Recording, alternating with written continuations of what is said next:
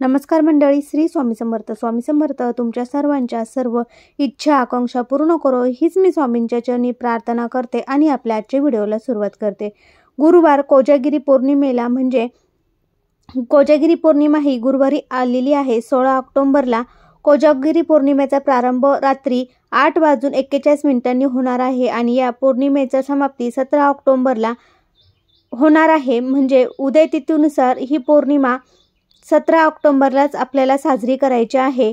तर गुरुवारी साजरी करायची आहे. प्रत्येक महिन्यामध्ये पौर्णिमा तिथी ही येत असते आणि प्रत्येक पौर्णिमेचे महत्त्व देखील हे वेगवेगळे असतं. कोजागिरी पौर्णिमा ही अत्यंत महत्त्वाची आणि सर्वात मोठी पौर्णिमा मानली जाते. असे म्हटले जाते की या पौर्णिमेला कोजागिरी पौर्णिमेच्या दिवशी माता लक्ष्मीचा जन्म झाला होता आणि या दिवशी लक्ष्मी पृथ्वीवरती येत असते.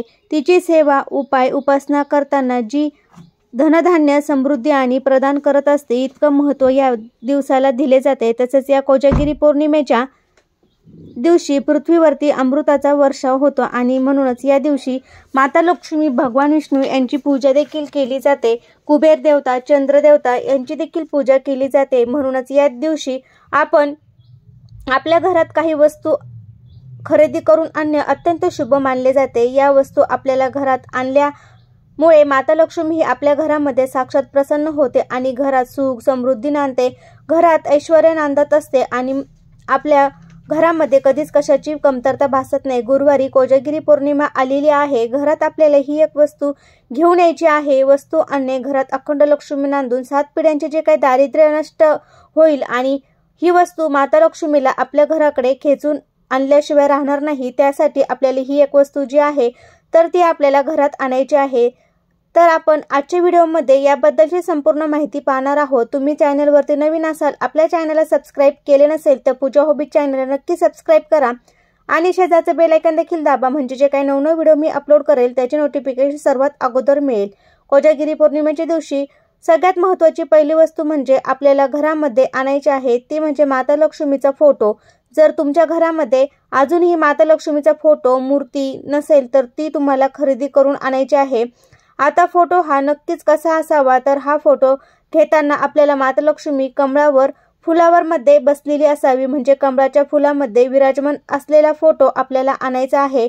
उभी माता लक्ष्मीचा फोटो आपल्याला आणायचा नाही. उभी माता लक्ष्मीचा फोटो असेल किंवा फोटो घरामध्ये आपल्याला चुकूनही आणायचा नाही, कारण की आपल्या घरामध्ये जी काही लक्ष्मी आहे ती स्थिर राहत नाही आणि ती घरात बाहेर जात असते आणि असा फोटो घरामध्ये ठेवणे चांगले मानले जात नाही. त्यामुळे मग तुम्ही उभे असलेल्या लक्ष्मीचा फोटो न आणता कमळावर बसलेला अवस्थेत असणारा माता लक्ष्मीचा फोटो हा आपल्या घरामध्ये आपल्याला आणायचा आहे.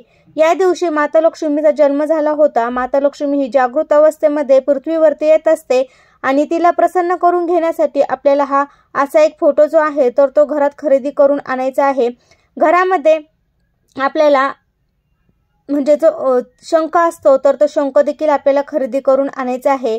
या फोटो तुम्हाला या दिवशी विधिवत पूजा वगैरे करायची आहे आणि हा फोटो आपल्याला कमळाचे फूल आहे तर ते अर्पण करायचं आहे. माता लक्ष्मीला आपण विधिवत पूजा करायची आहे. खिरीचं नैवेद्य दाखवायचं आहे. माता लक्ष्मी ही कमळाच्या फुलावर विराजमान असते. या दिवशी आपण माता लक्ष्मीला प्रसन्न करून घेण्यासाठी आपल्याला कमळाचं फूल देखील अर्पण करायचं आहे. पुढील वस्तू म्हणजे श्रीयंत्र. देवी लक्ष्मीला अतिशय प्रिय आहे, तर श्रीयंत्र आपल्याला या दिवशी खरेदी करून आणायचं आहे. श्रीयंत्र हे माता लक्ष्मीचे आसन आहे.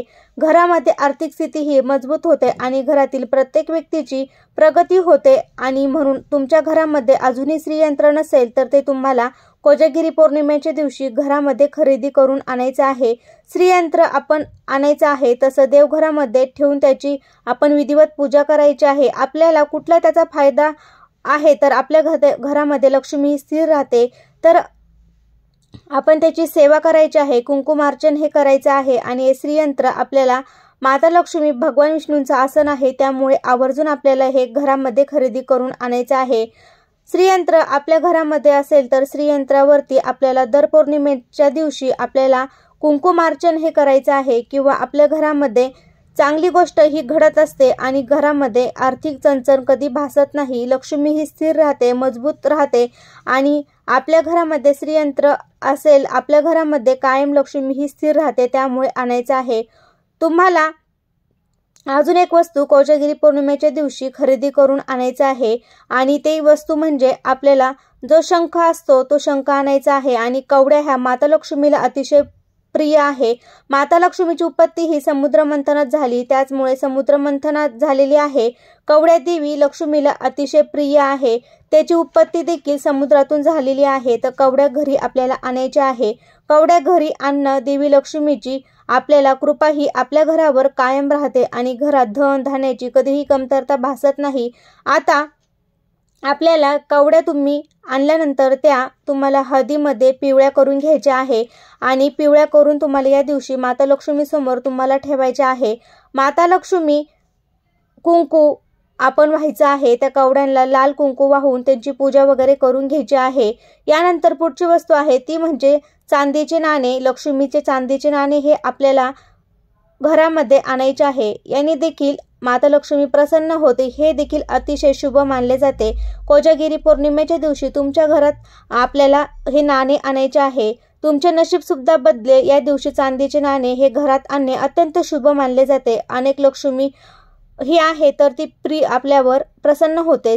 श्री गणेशांचा विशेष आशीर्वाद हा प्राप्त होतो आणि नाणे घेताना त्या नाण्यामध्ये आपल्याला गणेश आणि माता लक्ष्मीची बसलेली अवस्थेमध्ये असलेले नाणे आपल्याला घ्यायचं आहे। फोटो जो असेल तो बसलेल्या अवस्थेमध्ये असला पाहिजे।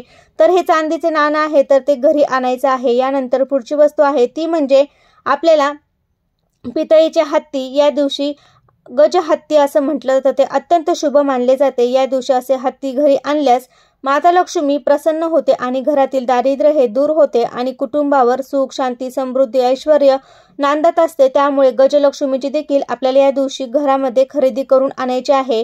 पितळीचे हत्ती नसेल तर ते सुद्धा तुम्हाला कुठल्याही दुकानामध्ये पूजाच्या साहित्यात उपलब्ध होईल। तुम्ही चांदीचे देखील हत्ती खरेदी करून आणू शकता। तुमच्या इच्छेनुसार तुमच्याकडे जसं काही पैसे असेल त्या ह्याच्यानुसार तुम्ही ही चांदीची गजलक्ष्मी घरी आणायची आहे। लक्ष्मीला लाल कमळाचं फूल आपल्याला अर्पण करायचं आहे। कधीही आर्थिक तंगी आपल्याला जाणवणार नाही। जे काही वस्तू मी तुम्हाला सांगितलेल्या आहे त्यापैकी तुम्ही कोणतीही एक वस्तू तुमच्या घरामध्ये नसेल तर ती खरेदी करून आणू शकता। तर आपल्याला फक्त 20 रुपयाची वस्तू देखील घरामध्ये आणायची आहे। तुळशीचं रोप तुम्हाला साक्षात माता लक्ष्मीला प्रिय आहे तर तुम्ही कोजागिरी पौर्णिमेच्या दिवशी तुळशीचं रोप देखील घरामध्ये खरेदी करून आणू शकता। तुमचे विघ्न आहे ते दूर होतील। तुमच्या घरामध्ये तुळस नसेल तर या दिवशी तुम्हाला तुळशीचं रोप हे खरेदी करून आणायचं आहे आणि ते आपल्या घरामध्ये आणून आपल्याला लावायचं आहे। दररोज त्याची पूजा करायची आहे। घरामध्ये अखंड लक्ष्मी नांदेल आणि घरातली गरिबी ही संपूर्णपणे नष्ट होऊन घराची मुलाची पतीची अगदी भरभरून अशी प्रगती होईल। त्यामुळे तुमच्या घरामध्ये तुळशीचं रोप नसेल तर आवर्जून तुम्ही खरेदी करून आणायचं आहे। कसा वाटला व्हिडिओ ते कमेंटद्वारे नक्की सांगा। तुम्हाला जर व्हिडिओ आवडला असेल तर तुमच्या मित्रपरिवारामध्ये शेअर करायला विसरू नका। श्री स्वामी समर्थ। धन्यवाद।